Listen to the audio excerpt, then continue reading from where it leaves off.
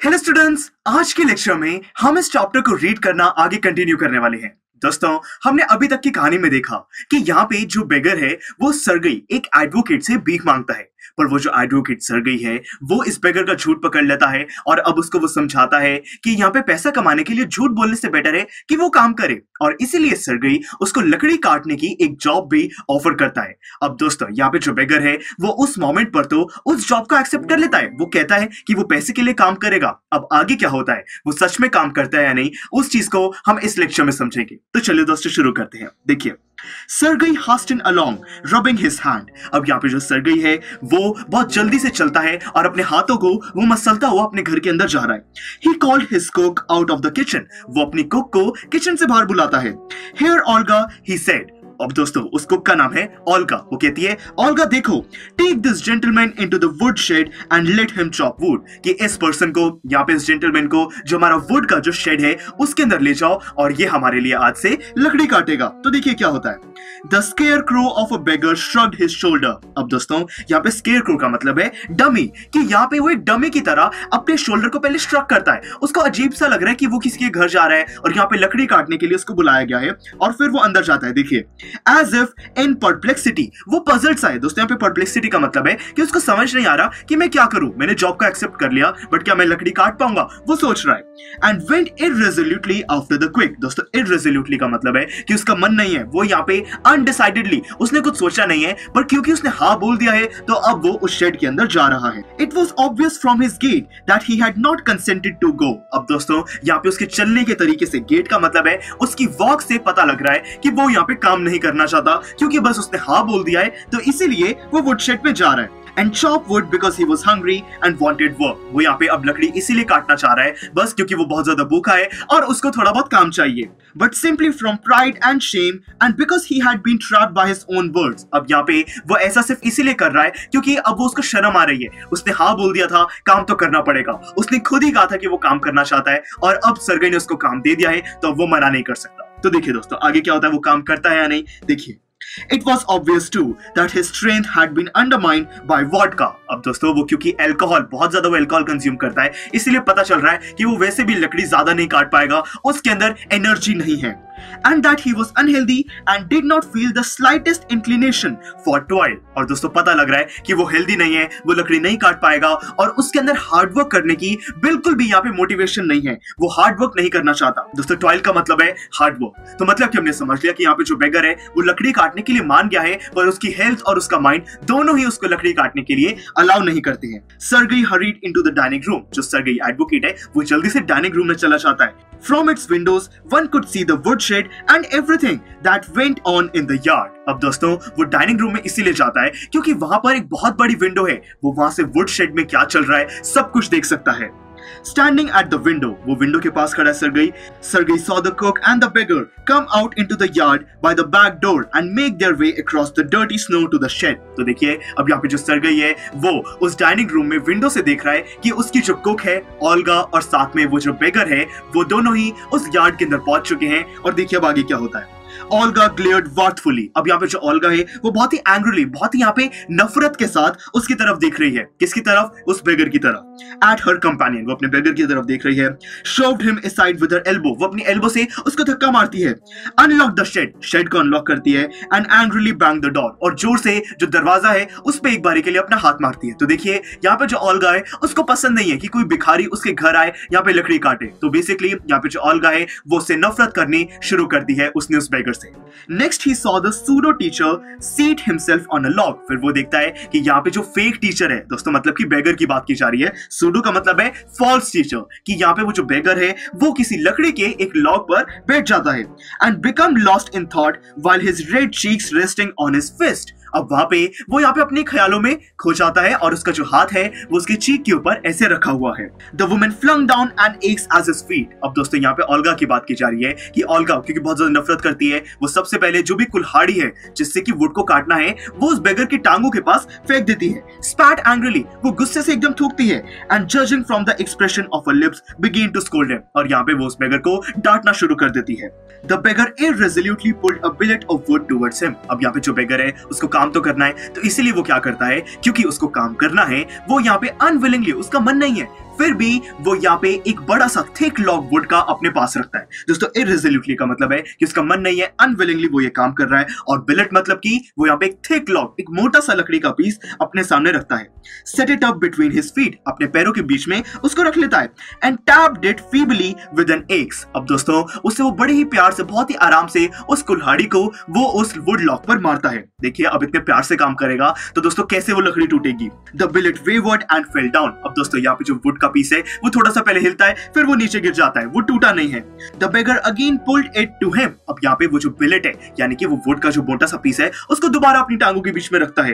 Blue on his freezing hand. उसके जो हाथ हैं वो ठंडे हो चुके हैं बहुत ज्यादा, तो इसीलिए थोड़ी उस पे फूंक मारता है कि वो गर्म हो जाए। And tapped it with his axe cautiously. और फिर वो इस तरीके से कि उसको चोट ना लग जाए, बड़े ही आराम से दोबारा से उस वुड के ऊपर वो उस एक्स को मारता है। As if afraid of hitting his overshoe और कटिंग ऑफ हिज फिंगर। उसको डर लग रहा है कि उसका जूता या फिर जो उसकी फिंगर है वो कट ना हो जाए। उसने ये काम कभी भी नहीं किया, वो बहुत ज्यादा अनविलिंगली और यहाँ पे घबरा के काम कर रहा है। The stick of wood again fell to the ground. जो लकड़ी है वो दोबारा से वहां पे नहीं टूटती और जमीन पर ही गिर जाती है। सर्गेइस एंगर हैड वैनिश्ड। अब दोस्तों यहाँ पे जो सर्गेई है वो ये सारा सीन देख रहा है, तो ये सब देख के सर्गेई का जो एंगर, उसका जो गुस्सा है वो बिल्कुल खत्म हो जाता है। He now begin to feel a little sorry. वो थोड़ा सा सॉरी फील करता है, and ashamed of himself for having set a spoiled, drunken, perhaps sick man to work at menial labor in the cold। अब वो सोच रहा है कि इतनी ठंड में उसने एक ऐसी बर्बाद किसी भिखारी को काम करने के लिए कह दिया है, अब वो थोड़ा सा ashamed फील कर रहा है। An hour later, Olga came in। अब यहाँ पे 1 घंटा दोस्तों बीत चुका है। जो ओल्गा यहाँ पे सर्गेई की जो कुक है वो सर्गेई के पास आती है, and announced that the wood had all been chopped। अब वो सर्गेई को कहती है कि सारी वुड उस बेगर ने काट दी है। Good, give him half a ruble। अब यहाँ पे सर्गेई कहता है कि वाह ये तो अच्छी बात है, ऐसा करो वो जो बेगर है उसको हाफ रूबल यानी कि दोस्तों 50 कॉपिक्स उसको दे दो। If he wants to, he can come back and cut wood on the first day of each month। We can always find work for him। अब दोस्तों यहाँ पे सर्गेई कहता है कि ओल्गा उसको जाके बता दो कि यहाँ पे वो हर महीने की फर्स्ट डे को वो यहाँ पे आकर वुड को काट सकता है। हमारे पास हमेशा उसके लिए कुछ ना कुछ काम जरूर होगा, वो हमारे पास काम करके पैसा कमा सकता है।